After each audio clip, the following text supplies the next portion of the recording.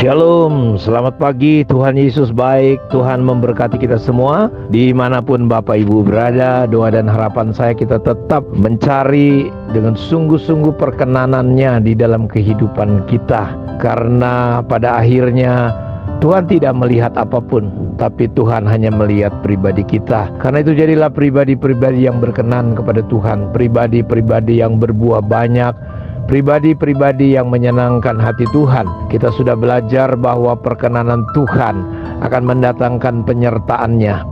Perkenanan Tuhan akan mendatangkan keberhasilan demi keberhasilan, keberuntungan demi keberuntungan. Karena itu kita sudah belajar bagaimana ketika Tuhan berkenan, bagaimana Dia menyertai Daud, menyertai Yusuf, menyertai bagaimana kehidupan mereka dibawa masuk dalam dimensi-dimensinya Allah. Kita lihat bahwa perkenanan Tuhan memberi kesanggupan untuk kita hidup mempraktekkan firman Tuhan. Contohnya Nuh, dia melakukan tepat seperti yang diperintahkan oleh Tuhan. Jadi jelas kita melihat perkenanan Allah, kasih karunia Tuhan yang membuat Nuh mampu melakukan apa yang diperintahkan Tuhan. Tanpa perkenanan Tuhan tidak mungkin hal itu bisa terjadi, karena kekuatan manusia kita terbatas. Karena itu ketika hidup kita di dalam kebenaran, apapun latar belakang kita, ketika kita takut akan Tuhan dan kita menghidupi kebenaran Tuhan, kita mengamalkan kebenaran Tuhan, kita pasti berkenan kepada Allah. Seperti yang dikatakan Kisah Rasul 10:35, bahwa setiap orang dari bangsa manapun yang takut akan Dia, jadi tidak peduli latar belakangnya seperti apa, dan mengamalkan kebenaran berkenan kepada Tuhan. Karena itu kunci hidup berkenan kepada Allah adalah mereka yang tidak hidup lagi dalam daging.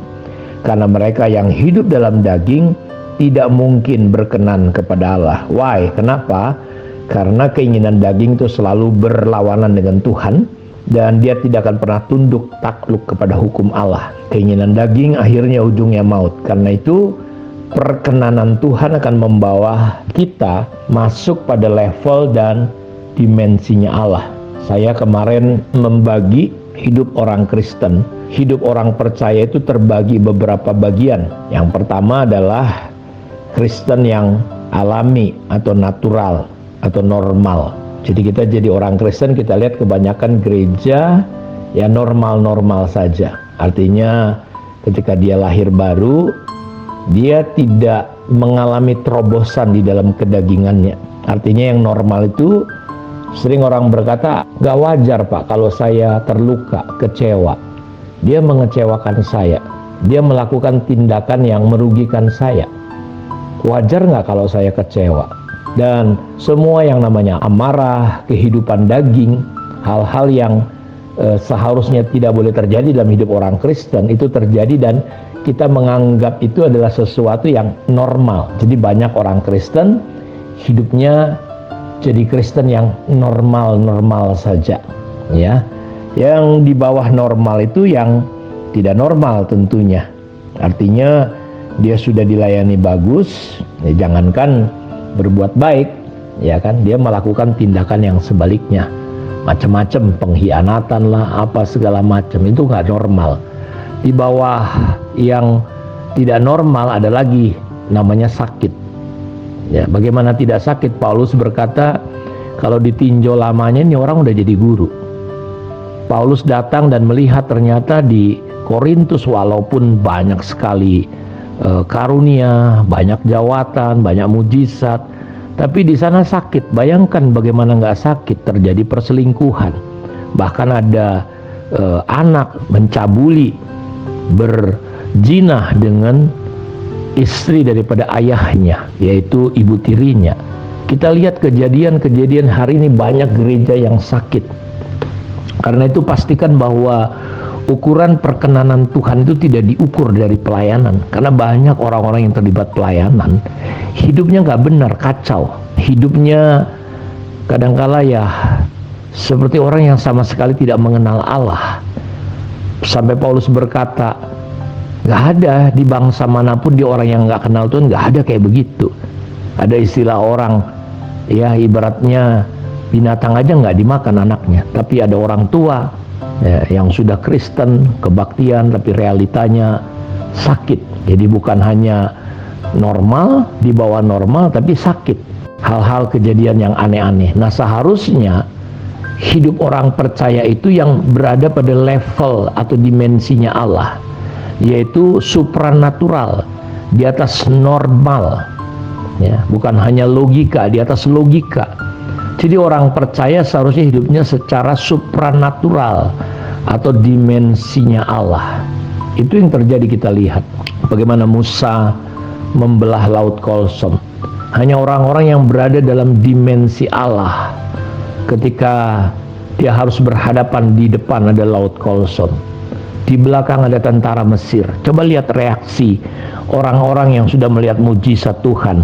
10 tulah, 10 mujizat bagi orang Israel, berbagai kejadian dan perbuatan-perbuatan yang ajaib.